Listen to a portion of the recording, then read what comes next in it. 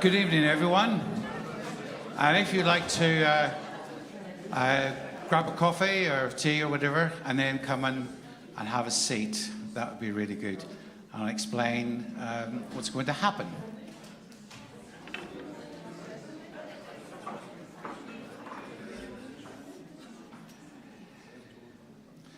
Now, the way it's going to work is that we're going, because this is a mission event.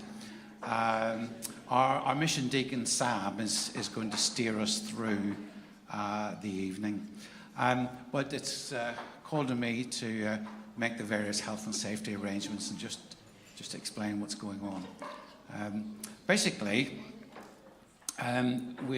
Nathaniel will chat to us for 20-25 minutes, half an hour, whatever. And then Reese, and he will talk about obviously his trip on the ship up there, and he's got lots of videos and slides, and I believe he will take questions as well. And then after that, Reese is going to have a chat about his forthcoming adventures in Romania, and then we're going to take a break where we go over and we sit at the tables, and then we have an opportunity to share the ploughman's lunch and ploughman's meal, evening meal, I guess. And then Richard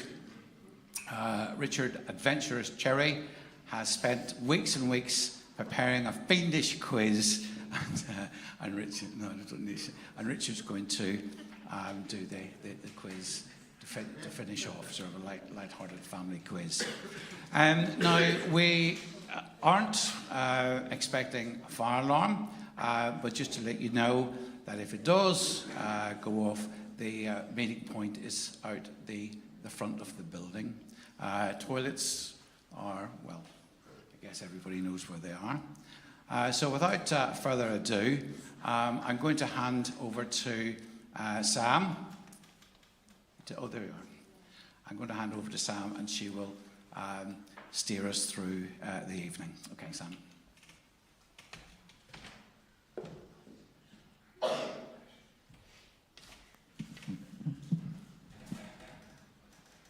Nathaniel, did you want to come up to the stage? If you can get up on the stage. Don't trip over the wire.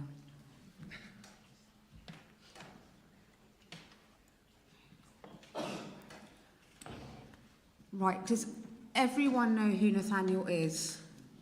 If you don't know who he is, put your hand up. Okay, I think everyone knows who.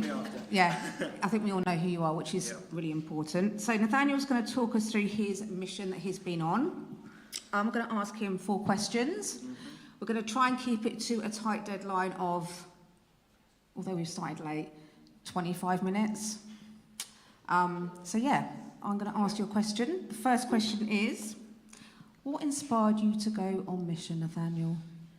Well, it's a very, very long story. So when I was growing up, I used to read many, many biographies, listen to many audiobooks, hear stories of various different missionaries, kind of famous missionaries, so like Nate Saint, Jim Elliot, George Muller down in Bristol, Eric Liddell, who went over to China.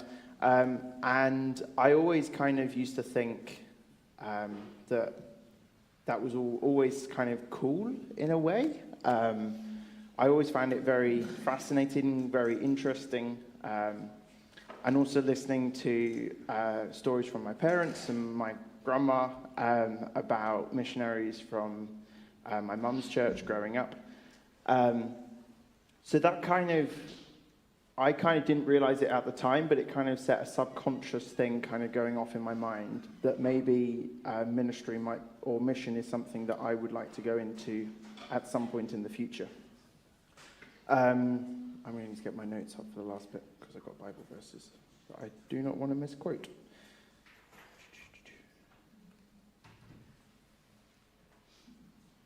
For those of you that are wondering, I don't like presenting sat down, but I'm sat down because I broke more than one of my toes at work yesterday, so which is why I've got a crutch as well. So kind of from listening to those stories, it kind of set off this kind of subconscious thing in my brain.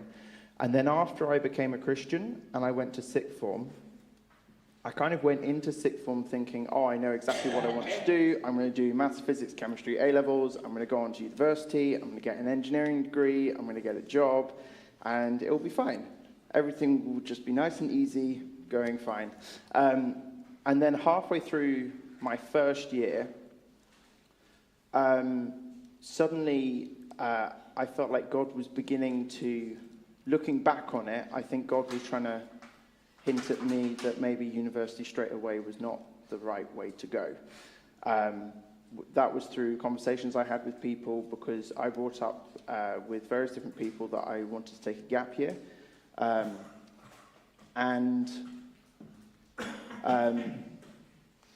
in that gap year, I was thinking of giving some of it to God, whether that be in a short-term mission trip abroad, whether that be kind of serving on a summer camp in the UK or the US, or somewhere in Europe, or somewhere in this country.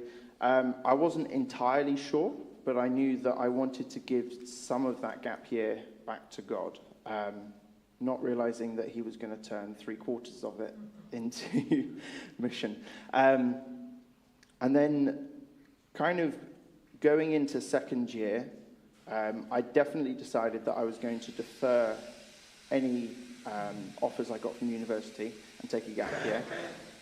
My grandma suggested to me about Logos Hope, which I had heard of multiple times through the family, kind of growing up. And she suggested, why don't you look into it? So I looked into it. I also looked into Mercy Ships as well, which is another organization. And I kind of thought, oh, that looks cool, but I'm not sure I really want to do that. And then over time, it just kept coming up in conversation. I kept delaying it. And then eventually I decided, no, I think this is the right thing for me to do after a lot of prayer. And I decided to go ahead and go on Logos Hope. That was quite a long-winded answer. No, it's fine. It's really good. I know you've got a video to show. Did you want to show that now or at the end? If we show one of the videos now, Okay. Because this video, it kind of explains why OM does what it does, and it kind of explains a few of the kind of terms and phrases that I'm going to refer to later on. So if my brother could play the video, that would be amazing. There are over 8 billion of us here. Billions of men, women, and children lovingly created by God. And He desires for each of us to experience an abundant life, transformed by the knowledge of His love. Yet nearly 1/3 of the world's population will not have that opportunity, because there is no one from their local context who knows Jesus. There are billions of least reached people in the world today. People who have never heard of the gospel in a way they can understand, because of barriers in language, location, or cultural pressure. Every day, this number grows by over 60,000. That's about 23 million people every year. That's the population of London, Hong Kong, and New York combined, living and dying without a true understanding of who Jesus is and what He did for them. This breaks God's heart. This isn't how it's meant to be. At OM, our passion is for God's love to be shared. Because it's about more than numbers, It's about people. These are mothers and fathers, sisters and brothers, entire communities down the street and across the ocean who will live and die without the hope, love, and peace of knowing Christ. We want these billions of people to have the opportunity to know Jesus. So we are committed to mobilizing boldly, engaging deeply, sowing broadly, and discipling purposefully. We believe God can use anyone from anywhere to live out the message of his love. And when people respond to this message, lives are transformed, communities flourish. And when more believers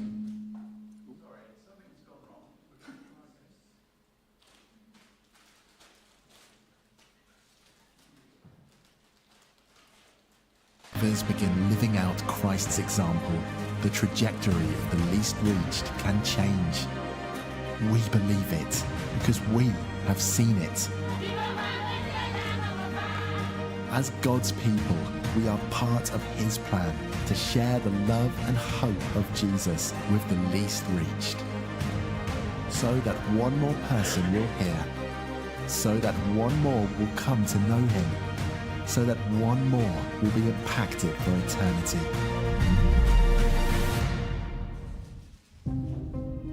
Together, let's take part in God's good news to the least reached people in our world.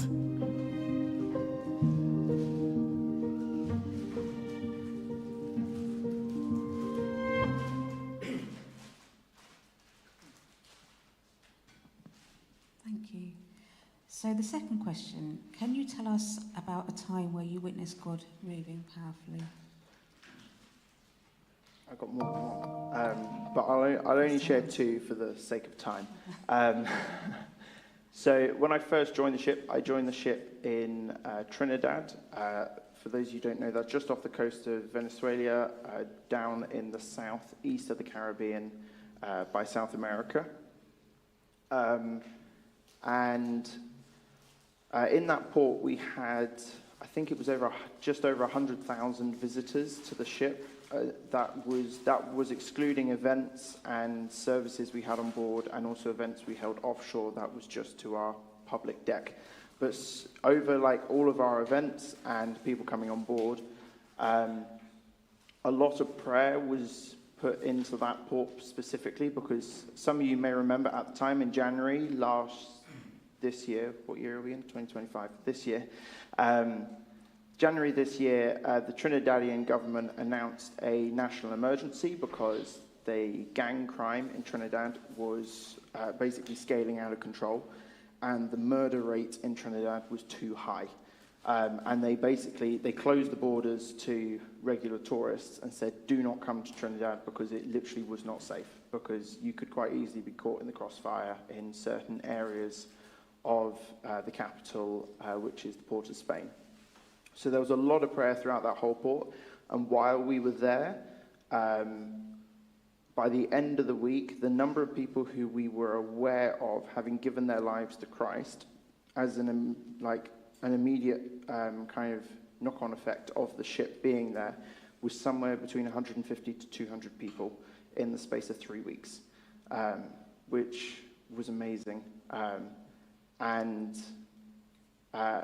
also kind of the way the church there, when the ship had arrived and started working with churches, the outreach and the evangelism the churches were doing was massively increased as well.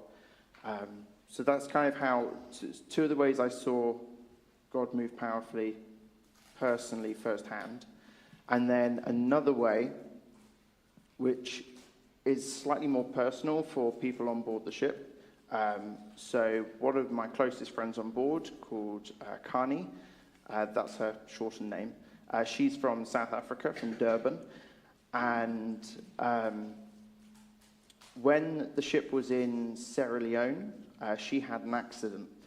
And basically on the ship, we've got 9 different decks. The 9th deck is the very top, it's outside, and there's quite a dangerous steel staircase that takes you down from deck 9 in like this little hatched area down to deck 8. She was going down that staircase on her own. She slipped because it had been raining and the metal staircase was wet. She smacked her head on the stairs and completely cut it open.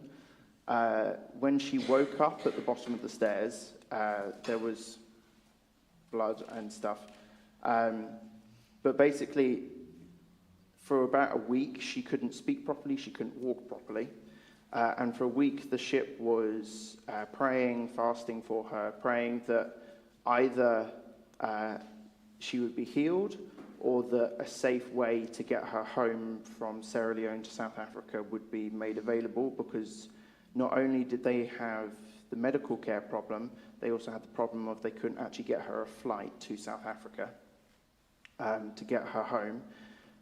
One of the blessings with the ship being in Sierra Leone at that time was we had the ship had mercy ships next door, so they were able to help a lot with that.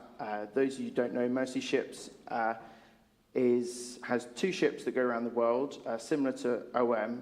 One's called Africa Mercy, one's called Global Mercy, and they basically are an onboard, a big floating hospital, and they've got heart surgeons on board, various different surgeons. They can do dentist operations, loads and loads of things. But basically, because they were next door, they were able to help her medically, but still for a week she wasn't able to speak or walk. Exactly 7 days after the accident had happened, she was healed completely. Like, if you saw her now, you would be like, you had a speech problem, because she doesn't stop talking. So that's kind of part of her testimony now as a Christian when she shares on various different C days or Connect days, which I will come on to explaining what that is later on. Yeah. Thanks, Nathaniel. So how do you feel being on mission has deepened your relationship with God? Oh goodness, multiple ways. What I'm going to say is these things can happen when you're not on mission. It's just kind of how, I guess, God has chosen to shape me in this way while I was there. So just bear in mind that everything I'm about to say does not only happen on mission.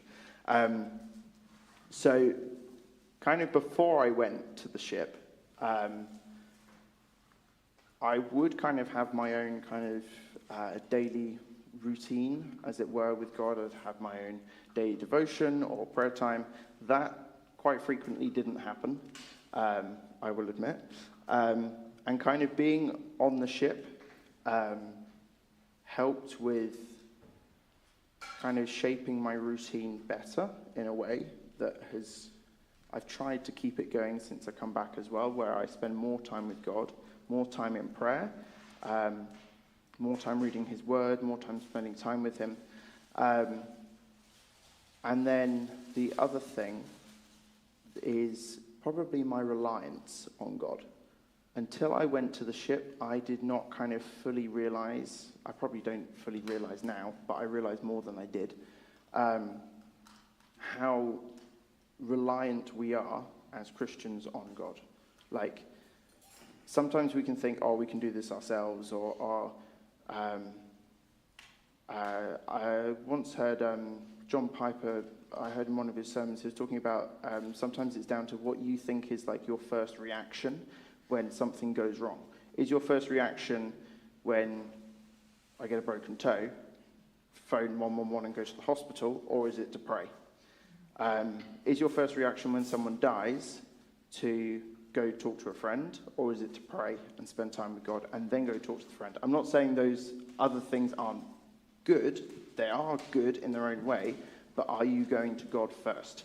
And something that I realized throughout my whole time on the ship was before I went on the ship, I was not doing that, really, as much as I definitely should have done.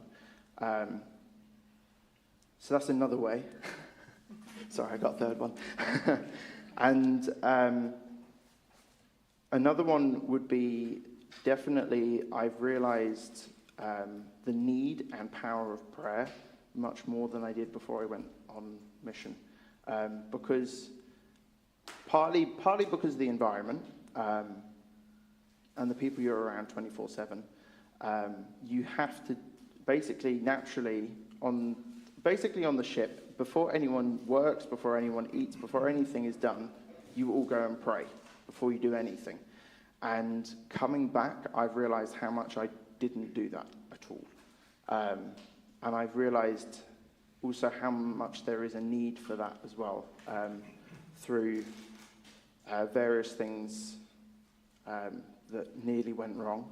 So I'll refer back to Trinidad. When we were in Trinidad, 3 days before we were supposed to leave the port, the port authority sent through port fees to the ship. Basically, every time a ship goes into a port, they have to pay port fees to the port. That basically covers the water they've used, any electricity they've used. It covers the mooring line costs if you're borrowing mooring lines, or fenders, which are basically big rubber things that stop the ship breaking on the dock, and many, many other costs. But the cost that the ship had been told beforehand was not the cost that they were then given when it came for them to leave. And basically, they hadn't budgeted that much money for that particular port for that cost, because that was not the cost that the port authority had originally given them. It was almost 3 times the original cost. It was somewhere between $150,000 to $200,000, which is a lot of money, considering they were told that it'd be around $50,000. And we were told this about a week before we had to leave, and throughout the whole week, the whole ship was just praying constantly. Every prayer night, every worship night, every Sunday service. It was basically something that people were asked to put on their kind of daily prayer lists, as it were, and kind of include in either their department prayers or their devotion prayers. And long story short, at the end of the week, the day before we were going to leave, the Prime Minister's wife, so the Prime Minister of Trinidad, his wife and her kids, or their kids, came on board the ship.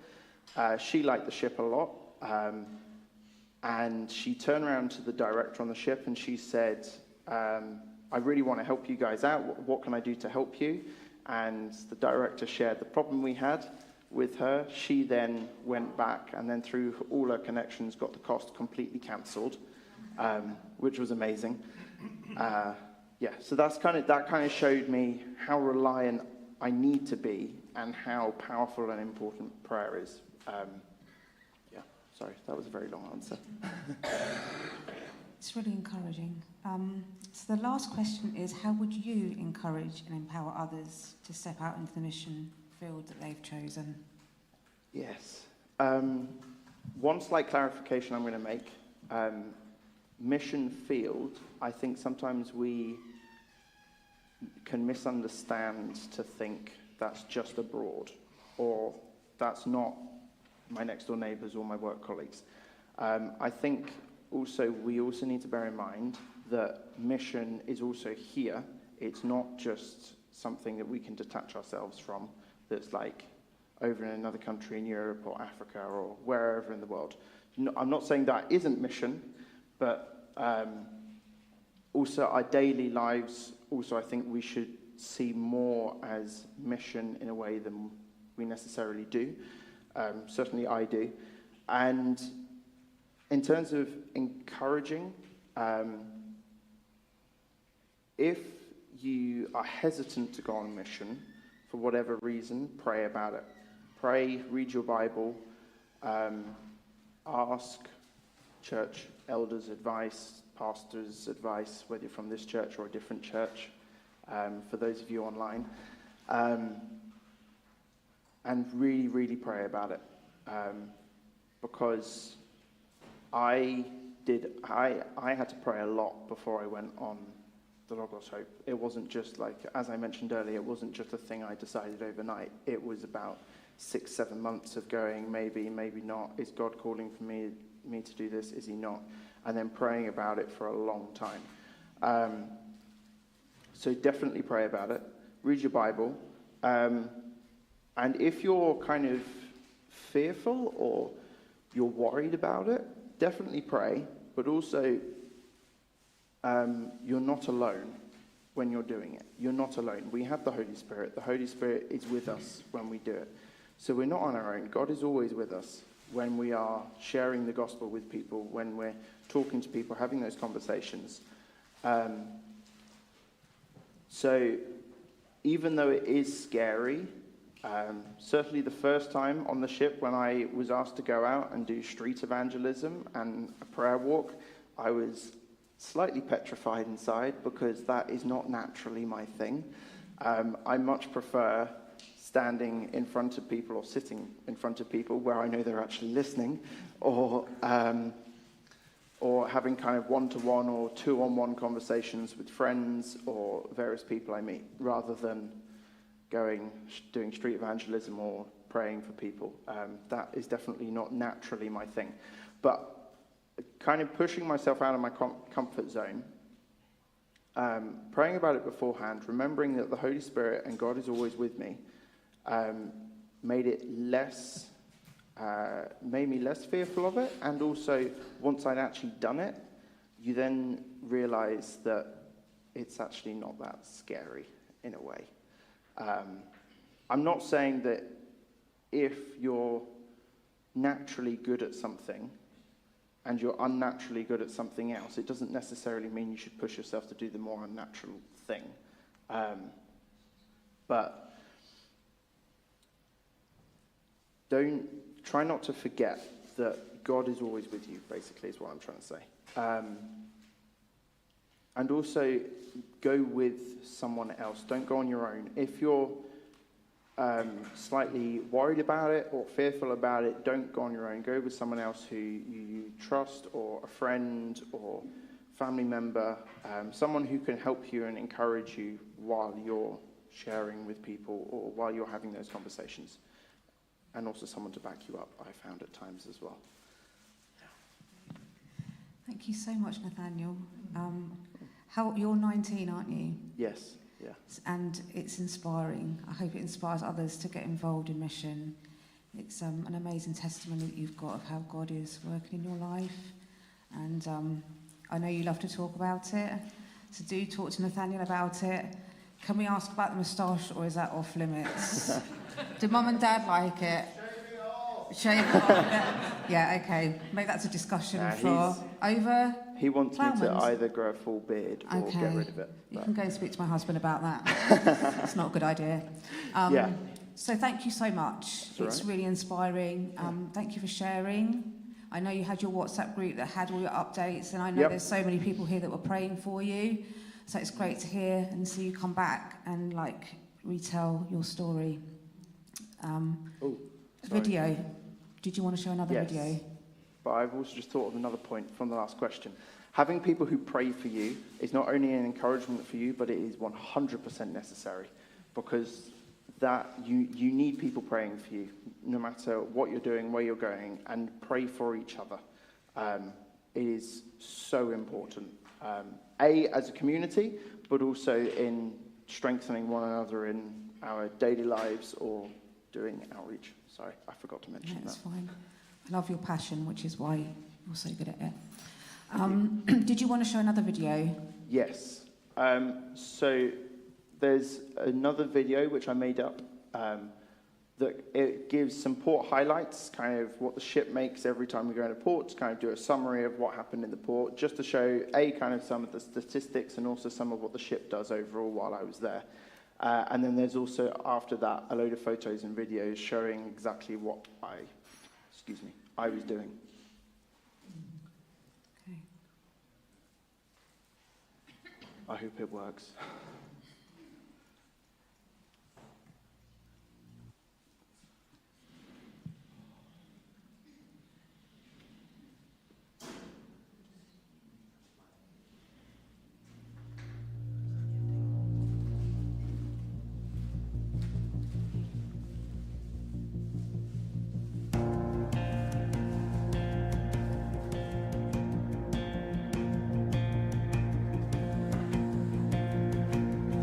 Alone in my sorrow,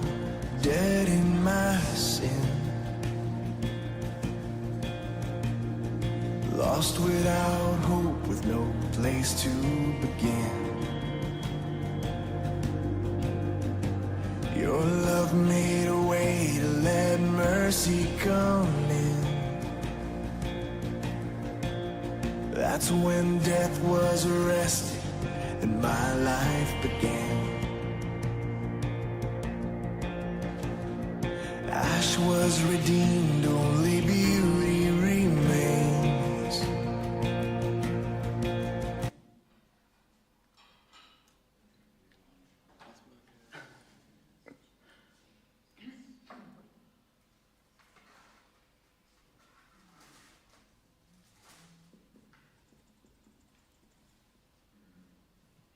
Maybe, should we play it when we're having Yeah, it might dinner? be That better might if be we quite a play it. nice idea, because I know Yeah, time there as well. are 2 slides, 3 slides that I do just want to quickly show, which when the video is playing, it will kind of explain some of the things you'll see in the video. So if we could pop those up. So if you go on to the next slide, it kind of shows where I went. So it was all over the Caribbean, where the red dots are. The ones at the top, they are going to after I left. So they are doing those islands next. On the next slide, it shows what we call Sea Day teams. Oh no, that's Kani, the girl who I mentioned earlier, the story I told about, who had that accident. And then the next one should be the Sea Days one. Yes. So you'll see in the video various different video clips of either different activities or people in blue tops. I've got some of those blue tops on the table at the back. Those are basically the tops we wear as Ship's Company when we go out and do various different things in the community. So that might be practical work, like you can see in 2 of those photos, where me and the team I was with were clearing loads of undergrowth in, I think the left one is a chicken coop, and then the right one was behind the chicken coop, where I had been asked to basically clear all of that overgrown vegetation that you can see on the right. And all we were given were machetes and rakes and shovels. So that was a really hard work, hot afternoon. And it was from midday to like 5 in the evening, so it was like the hottest point in the day as well.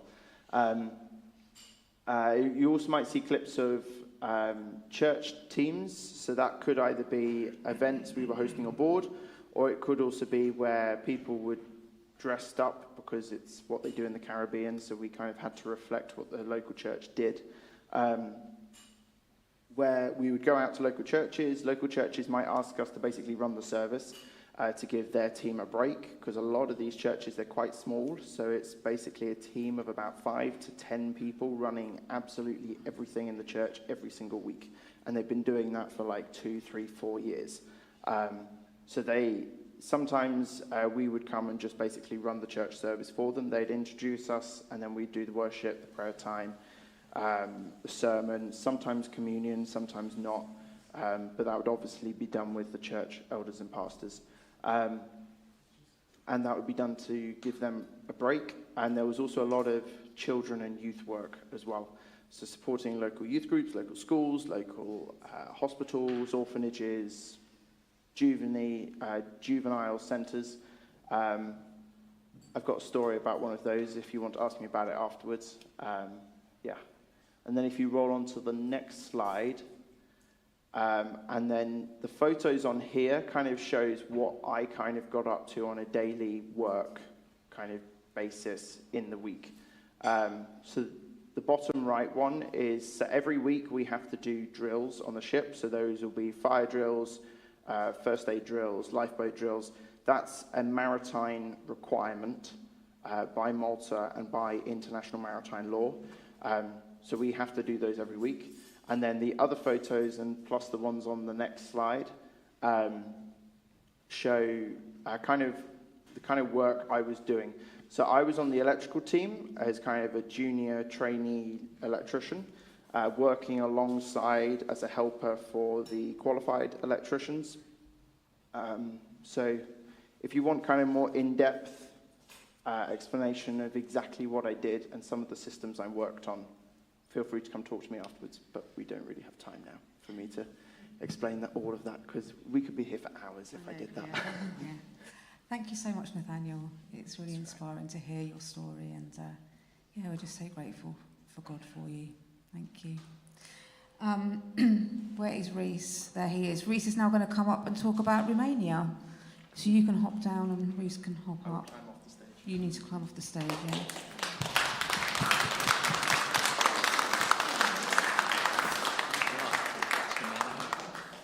You're not asking me anything. No, I'm not asking you anything. I'll leave you alone. I've got a PowerPoint to come up as well. A lot of the stuff you guys will have heard before, but we have a lot of updates as well of exactly what we're going to be doing during the week. Hopefully we'll get a PowerPoint on the screen.